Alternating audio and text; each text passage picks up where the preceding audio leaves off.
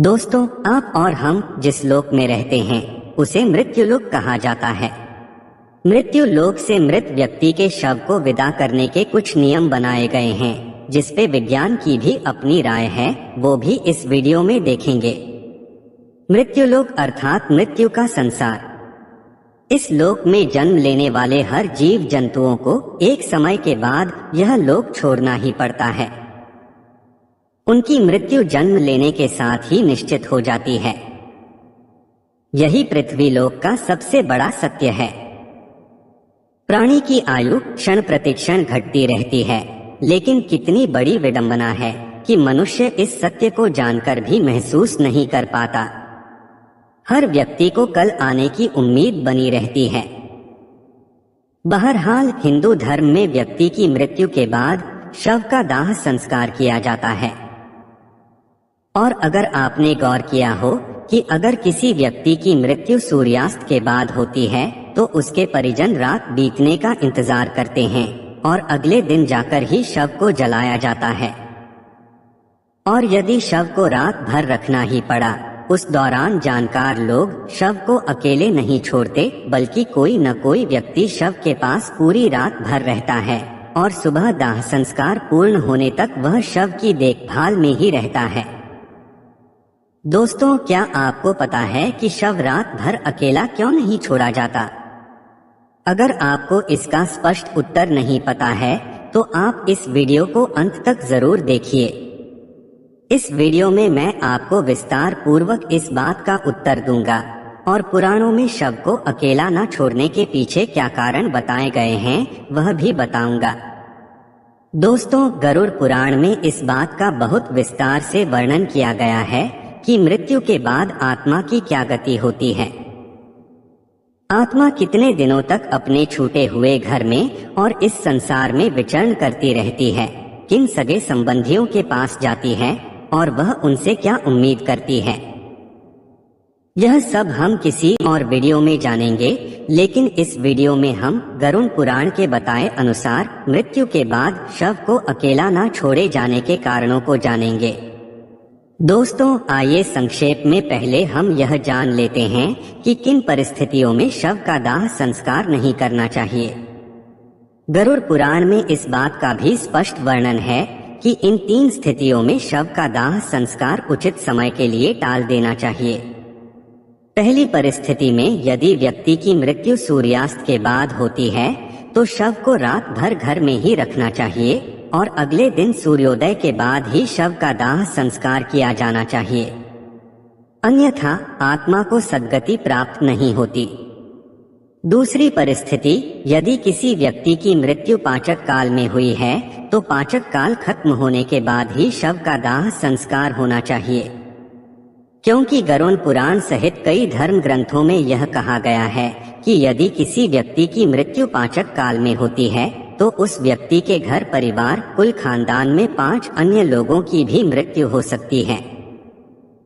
इसलिए दोस्तों, आपने देखा होगा कि धर्मशास्त्र के ज्ञानी लोग इस समस्या के समाधान के रूप में आटे, बेसन या कुशा अर्थात पवित्र सूखी घास से 5 पुतले बनाते हैं और इसे शव के साथ ही अर्थी पर रखकर इनका भी शव की तरह ही पूरे विधि विधान से पाचक काल के खत्म होने के बाद अंतिम संस्कार कर देते हैं।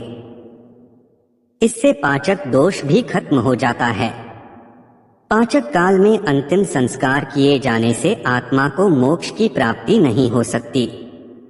और तीसरी परिस्थिति में शव का अंतिम संस्कार तब नहीं करना चाहिए जब मृत व्यक्ति का पुत्र मुखाग्नि देने के लिए उपस्थित ना हो और वो यात्रा करके पहुंचने वाला ही हो, क्योंकि पुराणों में इस बात को बहुत ही महत्व दिया गया है कि मुखाग्नि यदि पुत्र के हाथों से होती है तो आत्मा को सद्गति प्राप्त होती है। दोस्तों, अब बिना देर किए हुए आइए जानते हैं कि मृत्यु के बाद शव को अकेला क्यों नहीं छोड़ना चाहिए। इसके पीछे क्या मान्यताएं और वैज्ञानिक तथ्य हैं। मृत्यु के बाद आत्मा घर में 13 दिन तक निवास करती है। गरुड़ पुराण में बताया गया है मृतक का शव पूजनीय हो जाता है, ऐसे में दाह संस्कार के पहले शव को अकेला नहीं छोड़ा जाना चाहिए, अन्यथा यह आत्मा का अपमान होता है। गरुड़ पुराण में यह भी लिखा है कि यदि शव को चींटियां, कीड़े मकोड़े, कुत्ते, बिल्ली इत्यादि से हानि होती है, ऐसे ही कष्ट आत्माओं को यमलोक के मार्ग में भोगने पड़ते हैं। इसलिए परिवार जनों की यह जिम्मेदारी बनती है कि मृतक के शरीर की सुरक्षा करें।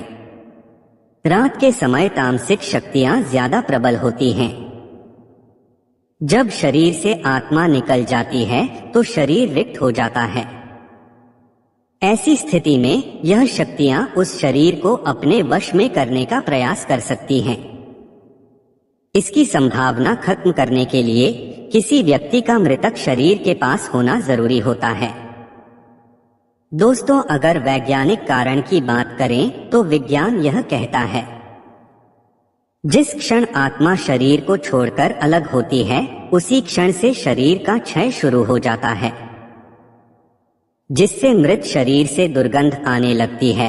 इस दुर्गंध को कम करने के लिए और वातावरण धार्मिक रखने के उद्देश्य से मृत शरीर के आसपास अगरबत्ती, धूप, दीपक इत्यादि जलाए जाते हैं। ऐसा करने की जिम्मेदारी जो व्यक्ति शव की देखभाल करता है उसकी होती है।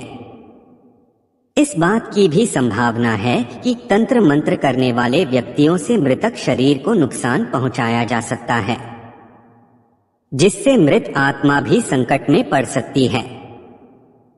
इसलिए किसी भी तांत्रिक को मृत शरीर के आसपास नहीं आने देना चाहिए।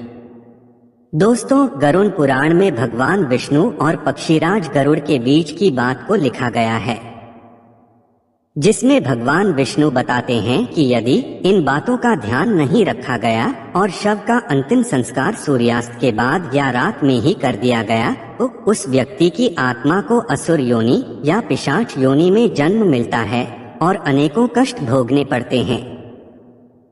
व्यक्ति की मृत्यु का और दाह संस्कार का समय कितना महत्वपूर्ण होता है, इसका महत्व आप इस घटना से समझ सकते हैं। महाभारत काल में भीष्म पितामह ने बाणों की शैया पर लेटे हुए सूर्य के दक्षिणायन से उत्तरायण में जाने का इंतजार किया था और उसी के बाद अपना शरीर त्यागा था, क्योंकि उत्तरायण के समय प्रकृति और चेतना की गति ऊपर की ओर होती है। इस काल में मरने वाले व्यक्तियों को सद्गति प्राप्त होती है। इसलिए अगर कोई रात में मर जाए तो ऐसी स्थिति में लाश को लेकर शमशान घाट नहीं जाते, लाश को रात भर घर पर ही रखा जाता है।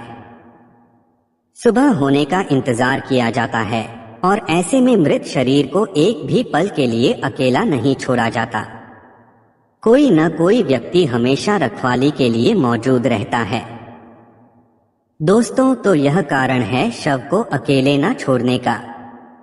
आपकी इस विषय में क्या राय है, नीचे दिए गए कमेंट में जरूर बताइए। गरुड़ पुराण से जुड़ी आध्यात्मिक बातें आपको कैसी लगी? मरने के बाद आत्मा का क्या व्यवहार होता है? इस विषय पर आपको और जानना हो तो नीचे कमेंट में जरूर बताइए।